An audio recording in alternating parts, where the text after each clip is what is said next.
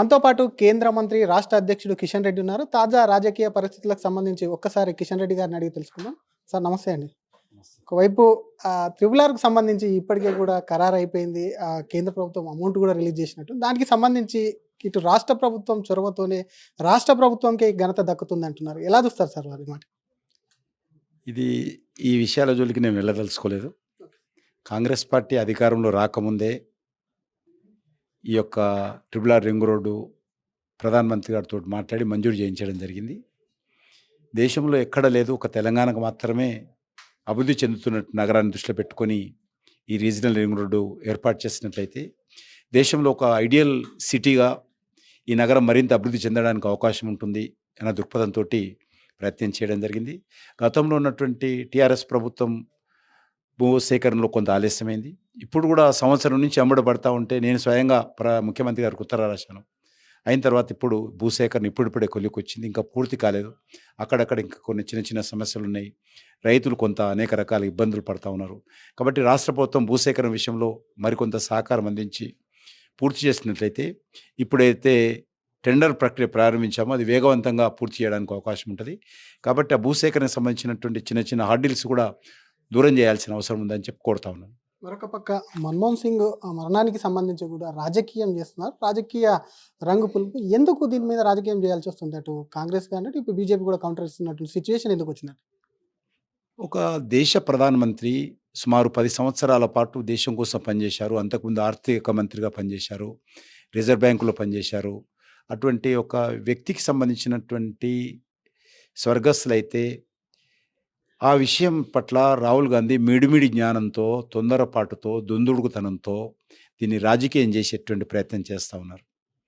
ఆయన అనేక రకాలుగా సమస్యలకు, అనేక రకాల ఇన్సిడెంట్స్ కారణం రాహుల్ గాంధీ. అటువంటి వ్యక్తి ఈరోజు బీజేపీని విమర్శించేటువంటి ప్రయత్నం చేస్తున్నారు. ఆ కారణంగా ఆయన స్వర్గస్థులైన తెలిసిన తర్వాత 3 గంటల లోపల కేంద్ర ప్రభుత్వం ఆయనకు స్మారక నిర్మాణం చేస్తామని, అధికార లాంఛనాలతో చేయాలని, ఆ 3 గంటల లోపలే హోంమంత్రి స్వయంగా కాంగ్రెస్ పార్టీ అధ్యక్షుడితో మాట్లాడము, మన్మోహన్ సింగ్ గారి సతీమణితో మాట్లాడము, కుటుంబ సభ్యులతో మాట్లాడము, వాళ్ళకి అన్ని రకాలుగా హామీ ఇచ్చే ఏర్పాట్లు జరుగుతూ ఉంటే ఆయనకేం తెలియకుండా రాహుల్ గాంధీ ఏదో ఒకటి మాట్లాడేస్తున్నాడు. గత 2 సంవత్సరాలుగా 3 సంవత్సరాలుగా చూస్తూ ఉన్నారు. శాసనసభ ఎన్నికలప్పుడు కానీ, లోక్సభ ఎన్నికలప్పుడు కానీ రాజ్యాంగాన్ని మారుస్తారని మాట్లాడినటువంటి వ్యక్తి ఈరోజు చివరకు మన్మోహన్ సింగ్ గారి మరణాన్ని కూడా రాజకీయం చేసేటువంటి ప్రయత్నం చేస్తూ ఉన్నారు. కాంగ్రెస్ పార్టీ మీరు చెప్పాల్సినటువంటి అవసరం ఉంది కాబట్టి అనేక విషయాలు చెప్పడం జరిగింది. ఈరోజు కాంగ్రెస్ పార్టీకి చెందినటువంటి నాయకులకు గౌరవం ఇవ్వకుండా ప్రధానమంత్రిగా పనిచేసినటువంటి వ్యక్తులు కావచ్చు, కాంగ్రెస్ పార్టీలో ముఖ్యమైనటువంటి బాధ్యతలు పనిచేసినటువంటి వ్యక్తులు కావచ్చు, ఇతర పార్టీలకు సంబంధించినటువంటి వ్యక్తులు కావచ్చు, దేశానికి సేవలు చేసినప్పుడు ఆ సేవలను ఏ రోజు కూడా కాంగ్రెస్ పార్టీ గుర్తించదు. ఎవరి సేవలు గుర్తించదు, సిర్ఫ్ నెహ్రూ కుటుంబం తప్ప. ఎన్ని త్యాగాలు చేసినా, ఎన్ని బలిదానాలు చేసినా ఈ కాంగ్రెస్ పార్టీకి కనిపించేది 3 మాత్రమే: నెహ్రూ, ఇందిరాగాంధీ, రాజీవ్ గాంధీ. ఈ దేశంలో కొన్ని వేల సంస్థల పేరు మీద, వాళ్ళ పేరు మీద, కుటుంబ సభ్యుల పేరు మీద ఈరోజు సంస్థలు ఉన్నాయి, ఇన్స్టిట్యూషన్స్ ఉన్నాయి, పథకాల పేర్లు ఉన్నాయి.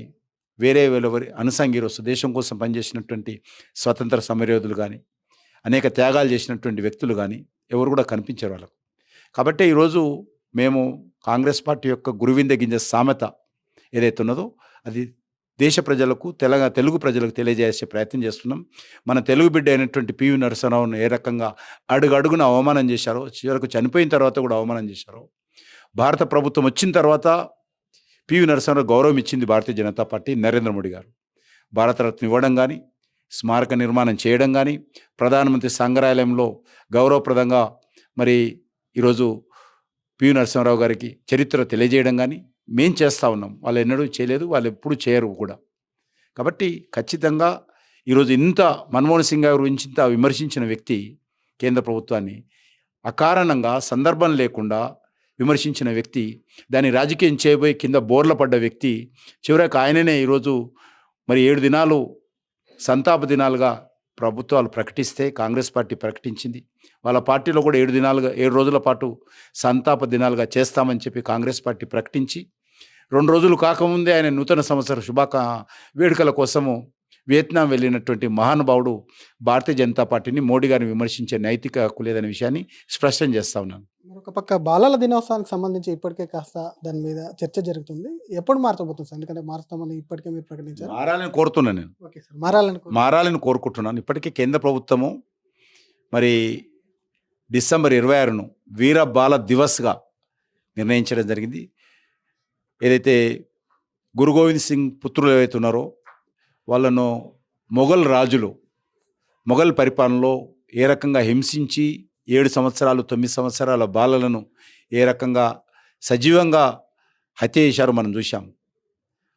ఆ యొక్క మహానుభావుల చరిత్రను ఈ తరానికి, నవతరానికి, భావితరానికి తెలియజేసి యువకుల్లో ఒక దేశభక్తి, ఒక జాతీయ భావన, ఒక రాష్ట్ర భావన నిర్మాణం చేయాలి. దౌర్జన్యాలకు వ్యతిరేకంగా వాళ్ళలో పోరాట పట్టిమ నిర్మాణం చేయాలనేటువంటి ఉద్దేశంతో నరేంద్ర మోడీ గారు మరి డిసెంబర్ 26న వీరబాల దివస్ అయితే ప్రకటించాడో ఆ సందర్భంగా చెప్పడం జరిగింది. చిల్డ్రన్స్ డే చేయాలనుకుంటే 26 డే చేయాలి తప్ప 14 నవంబర్ కాదని విషయాన్ని ఆ రకంగా చేస్తే బాగుంటుందనే అభిప్రాయం వ్యక్తం చేయడం జరిగింది. మరొక పక్క రాష్ట్ర రాజకీయాలు చూస్తున్నాం. ఒక పక్క ఈ కార్ రేసుకు సంబంధించి కేటీఆర్కి సంబంధించి కానీ, ఇంకొక పక్క అల్లర్జున్ కేసు, ఈ 2 విషయాల చుట్టే తిరుగుతుంది. ఎట్లా వస్తారు సార్? ఈడీకి సంబంధించి ఎంట్రీ పైన కూడా మీ మీద కూడా కేటీఆర్ వ్యాఖ్యలు చేస్తున్నారు. మీరే దాని వెనకాల ఉన్నారు, కాంగ్రెస్తో కలిసి తమల్ని దెబ్బ కొట్టేందుకు ప్లాన్ చేస్తున్నారు. ఈ 2 కేసులను ఎట్లా వస్తారు? తెలంగాణ ప్రజలు పార్లమెంట్ ఎన్నికల్లో టీఆర్ఎస్ పార్టీని దెబ్బ కొట్టారు. ఇంకా దెబ్బ కొట్టాల్సిన అవసరం లేదు. ఒక్క సీటు కూడా రాలే, వాళ్ళకు డిపాజిట్ రాలేదు. మొత్తం 3 అసెంబ్లీ స్థానాల్లో మెజారిటీ ఓట్లు వచ్చినాయి. ఇంకా టీఆర్ఎస్ పార్టీ గురించి, బీఆర్ఎస్ పార్టీ గురించి మాట్లాడాల్సి లేదు. ఈరోజు మాకు ప్రధానమైనటువంటి ప్రత్యర్థి దేశంలో కాంగ్రెస్ పార్టీ వ్యతిరేకంగా పోరాటం చేయడము. తెలంగాణలో ఖచ్చితంగా ఒక బలమైన రాజకీయ పార్టీగా ఇప్పటికే ఎదిగామేము. సుమారు 37%, 36 నుంచి 37% ఓట్లు మాకు వచ్చాయి. పోలింగ్ బూత్కి వెళ్ళినటువంటి 100 మందిలో 36-37 మంది బీజేపీని ఆశీర్వదించారు. సుమారు 77 లక్షల ఓట్లు వచ్చాయి. ఖచ్చితంగా తెలంగాణ ప్రజలు 10 సంవత్సరాల కేసీఆర్ పాలన చూశారు. అంతకుముందు 10 సంవత్సరాలు కాంగ్రెస్ పాలన చూశారు. ఇప్పుడు మళ్ళీ సంవత్సర పాలన రేవంత్ రెడ్డి చూశారు. వాళ్ళకు ఇంకో 4 సంవత్సరాల సమయం ఉంది. ఈరోజు టీఆర్ఎస్ పాలన, కాంగ్రెస్ పాలన చూసిన తర్వాత ఖచ్చితంగా తెలంగాణ ఉద్యమకారుల ఆకాంక్షలు కానీ, తెలంగాణ ప్రజల ఆకాంక్షలు కానీ, తెలంగాణ అభివృద్ధి కానీ భారతీయ జనతా పార్టీకే సాధ్యము. ఖచ్చితంగా రానున్న రోజుల్లో తెలంగాణలో భారతీయ జనతా పార్టీ నేతృత్వంలోని ప్రభుత్వం ఏర్పడాలనేటువంటి ప్రజలు కోరుకుంటున్నటువంటి ఈ నేపథ్యంలో మేము కాంగ్రెస్ తోటో టీఆర్ఎస్తో కలిసి పనిచేయాల్సిన అవసరం లేదు. కలిసి గెలిస్తే వాళ్ళే కలిశారు. భవిష్యత్తులో ఈరోజు కాంగ్రెస్ పార్టీ, సోనియా గాంధీ ఆలోచన విధానం ప్రకారం ఖచ్చితంగా కాంగ్రెస్ పార్టీ ఎట్టి పరిస్థితుల్లో ఈ రోజు కాకపోయినా ఇంకో సంవత్సరం తర్వాతను, 2 సంవత్సరాల తర్వాతను టీఆర్ఎస్ను దగ్గర తీసుకొని టీఆర్ఎస్తో కలిసి పనిచేస్తారు వాళ్ళు. కాబట్టి 2 పార్టీలకు వ్యతిరేకంగా తెలంగాణ ప్రజల పోరాటాలకు సిద్ధం చేయాల్సినటువంటి బాధ్యత మామిన్నది. ఆ దిశలో ముందుకెళ్తా ఉన్నాం మేము. అల్లర్జున్కు సంబంధించిన అంశం సార్, మీరు ఇదివరకే స్పందించారు. కానీ మీ మిత్రపక్షమైనటువంటి అక్కడ ఉన్న ఏపీలో ఉన్నటువంటి డిప్యూటీ సీఎం కూడా స్పందిస్తూ రేవంత్ రెడ్డి సరైనటువంటి పని చేశాడని చెప్పి మాట్లాడారు. దాన్ని ఎట్లా చూస్తారు? ఈ కేసుని ఎట్లా చూస్తారు ఓవరాల్? నేను అనేది మళ్ళీ ఒకసారి ఈరోజు ఇప్పుడిప్పుడే ఆ సమస్యపై మళ్ళీ భారతీయ జనతా పార్టీ తరఫున మేము మాట్లాడదలుచుకోలేదు. ఇప్పటికే మా అభిప్రాయం వ్యక్తం చేయడం జరిగింది. మరొకసారి కాకుండా ఆ సమస్యను సామరస్యంగా పరిష్కారం చేయాలి. ఎవరైతే ఆ యొక్క తొక్కిసలాటలో చనిపోయినటువంటి కుటుంబానికి పూర్తి స్థాయిలో న్యాయం జరగాలి. హాస్పిటల్లో ట్రీట్మెంట్ పొందుతున్న అభ్యర్థి ఆ బాబు ఎవరైతే ఉన్నారో అతను ఆరోగ్యంతో బయటికి రావాలి అనేటువంటిది మేము కోరుకుంటున్నాము. మరొకసారి దీన్ని ఇంకా రాజకీయం చేయదలుచుకోలేదు మేము. నిన్న ఢిల్లీకి సంబంధించి కీలక సమావేశం జరిగినట్టు సంస్థాగత ఎన్నికలకు సంబంధించి కొత్త అధ్యక్షుడిని ఎప్పటిలోపు చూడుస్తారు? మీరు కూడా అటెండ్ అయినట్టున్నారు. ఎట్టి పరిస్థితుల్లో జనవరిలో జాతీయ స్థాయిలో, రాష్ట్ర స్థాయిలో నూతన అధ్యక్షులు వస్తారు. ఆ దిశలోనే కార్యాచరణ ప్రణాళిక రూపొందించాము. ఇప్పుడు పోలింగ్ బూత్ కమిటీలు అవుతా ఉన్నాయి. పోలింగ్ బూత్ స్థాయిలో ఉన్నటువంటి భారతీయ జనతా పార్టీ కమిటీల నిర్మాణం పూర్తి కాగానే మండల కమిటీలు ఏర్పాటు చేస్తాం. మండల కమిటీలు అయిపోయిన తర్వాత జిల్లా అధ్యక్షులు అయిన తర్వాత రాష్ట్ర అధ్యక్షుడు, అన్ని రాష్ట్రాల అధ్యక్షులు అయిన తర్వాత జనవరి ఎండింగ్ లోపల మరి అఖిల భారత అధ్యక్షుడు ఎన్నిక కూడా పూర్తి అవుతుంది. కాబట్టి వచ్చే సంవత్సరం 2025 జనవరి 31 లోపల అన్ని స్థాయిల్లో నూతన అధ్యక్షుల ఏర్పాటు జిల్లా స్థాయిలో, మండల స్థాయిలో, రాష్ట్ర స్థాయిలో, జాతీయ స్థాయిలో పూర్తవుతుంది. జాతీయ అధ్యక్షుడి రేసులో కిషన్ రెడ్డి ఉన్నారా? ఈ మధ్య పెద్ద ఎత్తున చర్చ జరుగుతుంది. కిషన్ రెడ్డి జాతీయ అధ్యక్షుడు కాబోతున్నాడు. నేను ఈ తెలంగాణ అధ్యక్షుడి నుంచే వదులుకొని కేంద్ర మంత్రిగా పూర్తి సమయం ప్రభుత్వానికి ఇచ్చి ఈరోజు నరేంద్ర మోడీ గారు ఇచ్చినటువంటి బాధ్యతను పూర్తి స్థాయిలో న్యాయం చేయాలని కోరుకుంటున్నాను.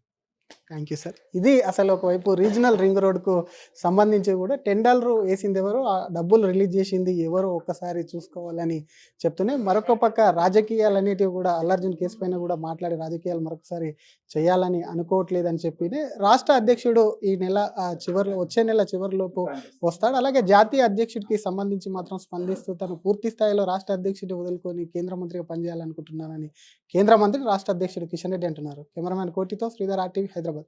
మరిన్ని వీడియోస్ కోసం ఛానల్ ని సబ్స్క్రైబ్ చేయండి. లేటెస్ట్ అప్డేట్స్ కోసం వాట్సాప్ ఛానల్ ని ఫాలో అవ్వండి. అండ్ లింక్ డిస్క్రిప్షన్ లో ఉంది.